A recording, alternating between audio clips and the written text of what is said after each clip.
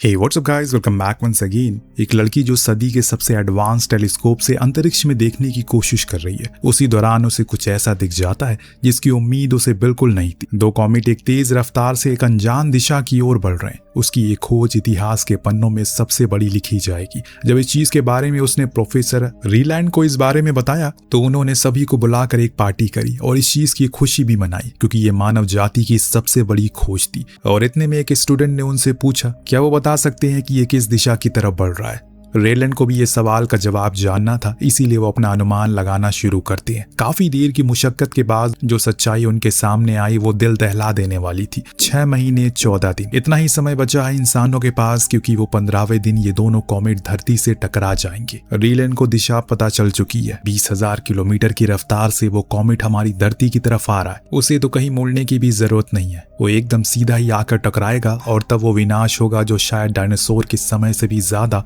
विनाशकारी बनेगा। रेलैंड फौरन नासा के ऑफिस के हेड टेडी को कॉल करके इस चीज की जानकारी देता है। सारी चीजों को विस्तार में बताता है कि मामला कितना गंभीर है। ये देखते हुए फौरन एक प्लेन भेजते हैं जिसमें बैठाए ये दोनों वॉशिंगटन डीसी आ गए। टेडी ने उनकी मीटिंग प्रेसिडेंट से फिक्स करवाई, इसीलिए उन्हें सीधा व्हाइट हाउस में एंट्री मिल गई। बाहर बैठे दोनों परेशान हो रहे हैं कि आखिर कब वो इस चीज के बारे में प्रेसिडेंट को बताएंगे, कब इस चीज का कोई सोल्यूशन निकलेगा। इन्होंने प्रेसिडेंट के स्टाफ के जरिए से अंदर ये चीज पहुंचा दी और बाहर इंतजार करने लगे। कुछ ही देर के बाद प्रेसिडेंट बाहर आती हैं, लेकिन उनका रवैया देखकर कहीं से पता नहीं चल रहा है कि उन्हें इस बात की जरा भी फिक्र है।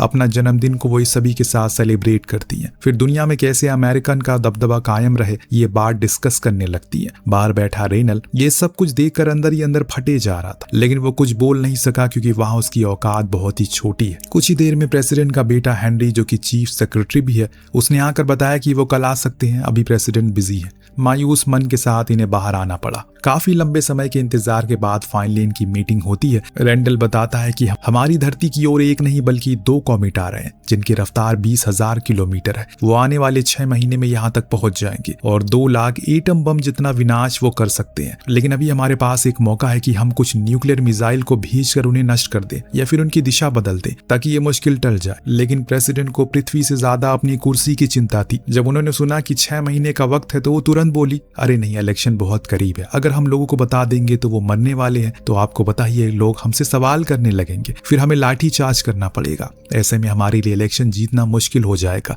जैसे लोग अभी भटके हैं उन्हें वैसे ही भटकते दो, ये जानकारी को सीक्रेट कर दो। रेंडल फट चुका था पूरा अंदर से। उसे अपने ही देश के प्रेसिडेंट को गंदी गंदी गालियां देने का मन कर रहा है, पर वो कुछ नहीं कर पाया। लेकिन उसे पता है उन्हें किसी भी हाल में इस चीज को लोगों तक पहुंचाना होगा। उसने मीडिया का सहारा लिया, वो तो प्रेसिडेंट से भी ज्यादा गैर गुजरी निकली। जब ये लोग वहां पहुंचे तो इन्हें पहले से एक सेलिब्रिटी के ब्रेकअप की न्यूज मीडिया वाले चला रहे थे। कैसे उस एक्ट्रेस ने अपने बॉयफ्रेंड को चीट किया, फिर बाद में शादी भी कर ली। मीडिया से ज्यादा बेकार तो जनता थी जो इस न्यूज को बड़ी ही आराम से देख रही थी। जब इन दोनों की बारी आती है तो केट ने बोलना शुरू किया। कुछ ही देर में पूरी टीआरपी गिर गई। होस्ट भी इनका मजाक बनाने लगा, यार जो तुम लोग फूक रहे हो मुझे भी चाहिए वो। केट को आ जाता है गुस्सा। वो चिल्लाकर बोली कि सिर्फ 6 महीने हैं आप लोगों के पास, फिर मत कहना कि हमें बताया नहीं। इतना बोलकर वो वहां से आ गए। दरअसल उस न्यूज चैनल का एंकर केट का बॉयफ्रेंड था और इस चीज के बाद में उसने अपना रिश्ता तोड़ दिया। अब दोनों के लिए मुश्किलें बढ़ गई है, अब किसके पास जाए। इन्हीं दिनों प्रेसिडेंट की एक प्राइवेट फोटो लीक हो जाती है जिसके बाद उनकी बड़ी ही बदनामी होती है। हर तरफ उसी की बातें होने लगी है जिससे गवर्नमेंट अब डगमगाना शुरू हो गई है।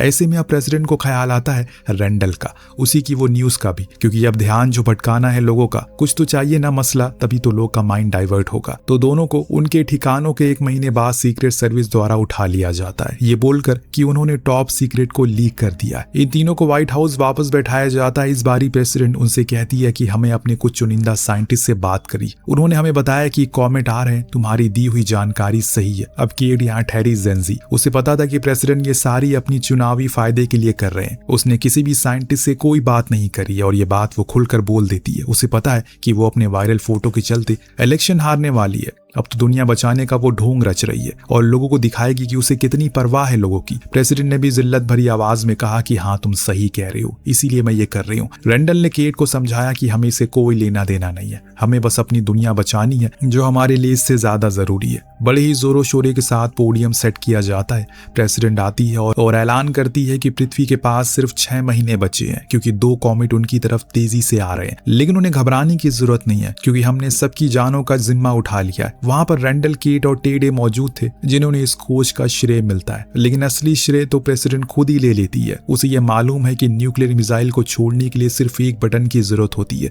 पर वो जानबूझकर इसे इंसान के हवाले कर रही थी, इसे एक पूरी तरह का आर्मी मिशन में तब्दील कर रही थी। उसे इस स्पीच के बाद हर तरफ उसका डंका बजना शुरू हो गया। लोगों के बीच उसकी वाहवाही होने लगी। जिस प्रेसिडेंट के कुछ दिन पहले मीम बन रहे थे उसके लिए लोग अब पोस्ट डाल रहे थे, उसे बेस्ट ऑफ लक बोल रहे थे। इसके चलते अगले महीने जब इलेक्शन हुए तो उसने पूरी मेजॉरिटी के साथ इलेक्शन जीत लिया और बूम, इसे कहते हैं पॉलिटिक्स। आपको थमा दिया लॉलीपॉप और खुद बैठ गई देश के ऊपर। और आखिरकार वो दिन भी आ गया जब स्पेस में न्यूक्लियर मिसाइल को लॉन्च किया जाने वाला था। सब इस मिशन के लिए दुआएं कर रहे थे, ये सफल हो जाए। लोगों का जमावड़ा लग गया था, हर किसी की नजरें लॉन्चिंग साइट पर टिकी थी। उधर व्हाइट हाउस में भी सब लोग एक साथ इस चीज को देख रहे थे। काउंटडाउन शुरू हुआ, 3, 2, 1 और एक साथ कई सारे रॉकेट अंतरिक्ष में छोड़ दिए। सब बहुत खुश थे क्योंकि ये लॉन्चिंग सफल रही। नासा के साइंटिस्ट के अनुमान लगाया कि इस मिशन को सफल होने की संभावना तकरीबन 76% है, जो अच्छी मानी जाती है। कुछ ही देर में व्हाइट हाउस में ईशर वॉल आता है, एक टेक बिलियनर जो प्रेसिडेंट की पार्टी के लिए सबसे ज्यादा फंडिंग देता है। अब वो आते ही प्रेसिडेंट को अपने साथ चलने को कहता है। दोनों उधर जाते हैं और कुछ ही देर बाद हमने देखा कि पृथ्वी से बाहर निकलने से पहले ही सभी रॉकेट वापस आना शुरू हो गए। सब हैरान हो गए कि ये कैसे हो गया, ये मिशन फेल कैसे हो सकता है और एक साथ सारे रॉकेट कैसे वापस आ सकते हैं। तीनों एक रूम में मायूस बैठे थे, यही सोच रहे थे अब उनका अगला कदम क्या होगा। वहीं प्रेसिडेंट एक सीक्रेट मीटिंग में बिजी थी। कुछ देर में हेनरी रूम में आकर रैंडल को बताता है कि आज से व्हाइट हाउस रिसर्च और रिसर्च डेवलपमेंट का चीफ बन गया है। उसे प्रेसिडेंट ने मीटिंग में बुलाया। वहां पहुंचा, उसने ईशरवेल को किसी तरह का प्रेजेंटेशन देते हुए देखा। उसका कहना था अब धीरे धीरे करके पृथ्वी पर सभी प्रकार के मिनरल खत्म होते जा रहे हैं। जिन मिनरल से मोबाइल और कंप्यूटर या फिर कुछ और चीजें बनती है उनकी मात्रा तेजी से कम हो रही है। आने वाले कुछ सालों में हमारे पास कुछ नहीं बचेगा, पर मेरी रिसर्च टीम ने इसका भी एक तोड़ निकाल लिया है। हमने रिसर्च करी और पाया कि जो कॉमेट हमारे पृथ्वी की तरफ बढ़ रहे हैं वो ऐसे ही मिनरल से लैस है जिनकी कीमत $145 ट्रिलियन है। इतना सुनते ही आइलैंड बोल उठा, इसीलिए आप लोगों ने इस मिशन को फेल करवा दिया। जब इंसान ही नहीं बचेगा तो इन मिनरल का आप लोग क्या अचार डालोगे? ईशरवेल ने उसकी बात को काटते हुए कहा, मुझे पता है कि ऐसा कुछ आप सभी के माइंड में आया होगा, लेकिन हमने इससे भी ज्यादा अच्छा उपाय ढूंढ लिया है। हमारे पास कुछ ऐसे एडवांस नैनो टेक्नोलॉजी है, वो ड्रोन है जो इस काम को आसान कर देंगे हमारे लिए। जब वो कॉमेट पृथ्वी से टकराने वाले होंगे उसी समय हम उन ड्रोन की मदद से उन्हें कई हिस्सों में तोड़ देंगे, कई विस्फोटक डालेंगे जिससे वो छोटे छोटे टुकड़ों में बट जाएंगे और फिर वही ड्रोन उन्हें पैसिफिक ओशन की तरफ मोड़ देंगे, जिसके बाद हमारी अमेरिकन नेवी उन टुकड़ों को बाहर निकाल लेगी। रैंडल का तो दिमाग ही फट जाता है क्योंकि ये कोई फिल्म नहीं बल्कि हकीकत। ऐसा कुछ सिर्फ फिल्मों में होता है, अगर एक भी चूक हुई तो कोई बच नहीं पाएगा। लेकिन प्रेसिडेंट तो इस चीज के लिए हामी भर देती है क्योंकि उन्हें फंडिंग जो मिलनी थी। अब रैंडल ने आकर ये बात टेडे को और केट को बताई तो दोनों भी इस चीज को सुनकर हैरान थे। भला प्रेसिडेंट ऐसी खतरनाक चीज के लिए हामी कैसे भर सकती है? मान लो अगर जिस दिन वो कॉमेट धरती से टकराने वाला होगा उस दिन मौसम अच्छा ना हुआ तो वो ड्रोन कैसे उड़ पाएगा? या ये भी हो सकता है कि कुछ नेटवर्क डिस्कनेक्ट हो जाए तो हम क्या करेंगे? अब तो रैंडल को भी बेचैनी होने लगी थी कि अब वो क्या करे। केट को तो खून खौल जाता है, वो चिल्लाते हुए बोली कि भला ये लोग ये कैसे कर सकती हैं? क्या ईशरवेल के लिए उसके लिए मोबाइल फोन का स्टॉक बढ़ाना ज्यादा जरूरी है इंसानों की जान से ज्यादा? उनकी ये बातें वहां खड़े कुछ लोग सुन लेते हैं। जब उनसे सब कुछ सच सच बताने को बोलते हैं तो केट तो पहले ही गुस्से में थी, इसीलिए उसने सबके सामने पूरी सच्चाई बता दी।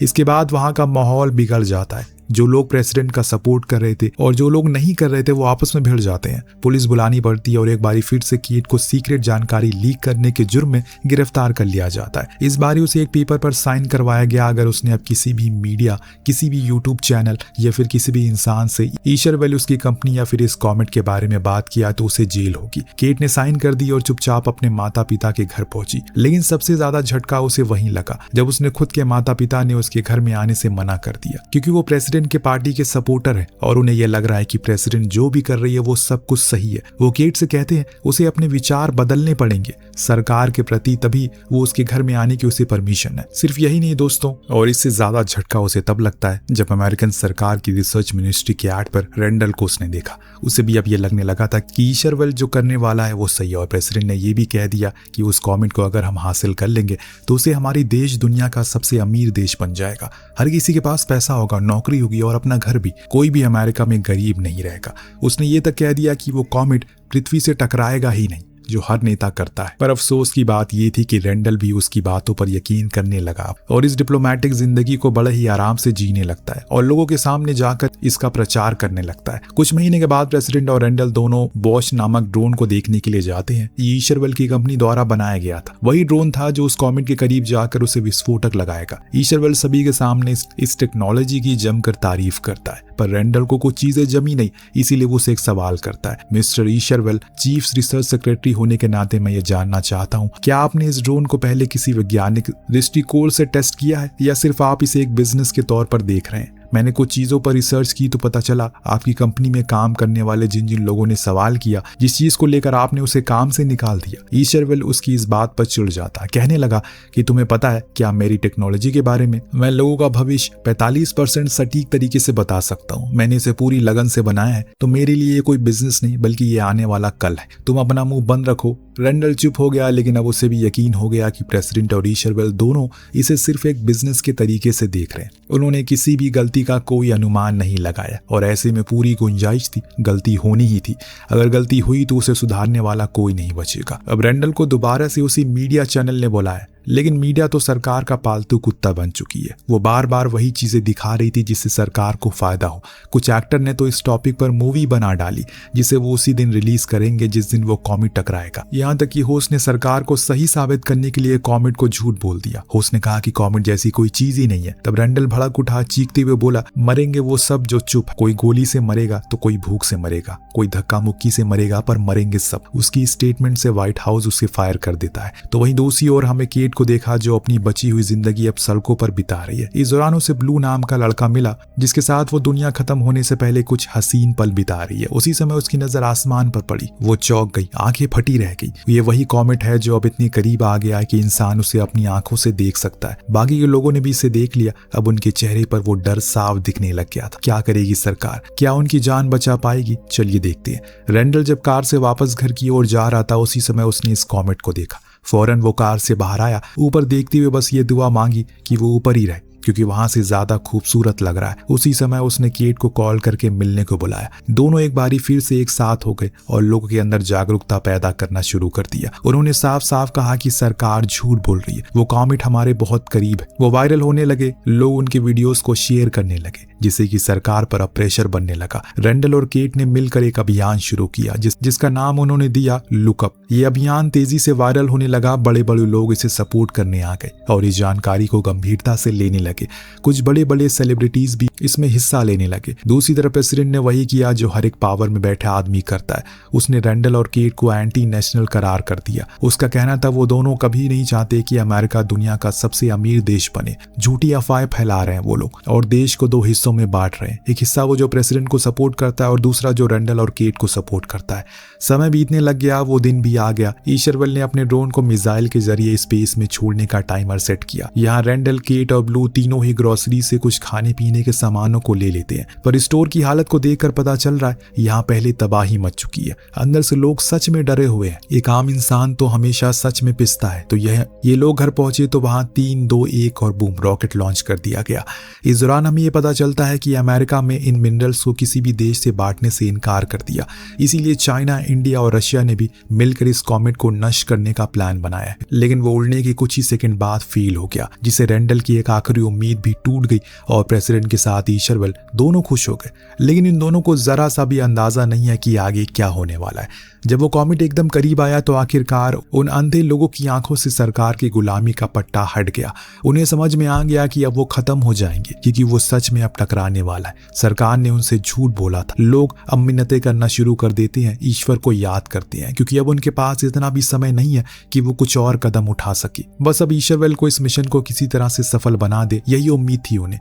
इधर रेंडल अपने सभी करीबी को लेकर घर आ चुका है ताकि अपनी जिंदगी के आखिरी समय को अपनों के साथ बिता सके। अचानक कंट्रोल रूम में सब कुछ रेड हो गया। पता चला कि ड्रोन फट चुका है। ईशरवेल को समझ में आ गया कि उसका मिशन फेल हो चुका है। वो फौरन बाथरूम का बहाना मारकर बाहर आ गया। पीछे पीछे प्रेसिडेंट में आ गई। मिशन फेल होने की खबर आग की तरह फैल गई और दंगे फसाद होने लगे।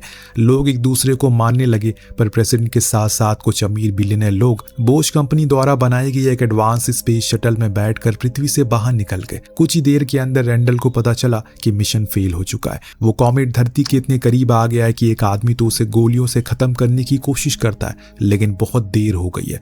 अगर वो एक सच्ची और ईमानदार सरकार को चुनते तो आज शायद उनकी जान बच जाती। अब कॉमेट पृथ्वी से टकरा गया। ये टक्कर इतनी भयानक थी कि पूरे स्पेस में बिखर जाते हैं। हर तरफ बस स्पेस में मलबा था, पर उसी के बीच वो स्पेस शटल पृथ्वी से बाहर आ चुका है, जिसमें तकरीबन 3000 अमीर लोग थे जो अभी स्लीपिंग पॉड में थे। अब 740 साल बाद उनकी आंख खुली। वो एक ऐसे प्लैनेट पर लैंड करते हैं जो पृथ्वी जैसा था। इंसानियत वहां जिंदा थी। सबकी नींद खुली और बिना कि वो इस ग्रह पर कदम रखते हैं। प्रेसिडेंट को वहां के जानवरों को देखकर काफी खुशी हुई, क्योंकि ये काफी रेयर, तो इससे भी वो पैसे बना सकती है। लेकिन उसी समय वो अजीब सा दिखने वाला जानवर उसकी गर्दन ही उखाड़ लेता है और फिर एक एक करके वहां जितने भी साथी थे वो सभी इन मेहमानों को अपनी दावत बना लेते हैं। यानी कि इंसान का नामो निशान मिट चुका है और इसी के साथ ये कहानी भी यही खत्म होती है। आपको कहानी कैसी लगी हमें कॉमेंट करके जरूर बताएगा। मिलते हैं अगली वीडियो में। Thank you so much watching. Peace out.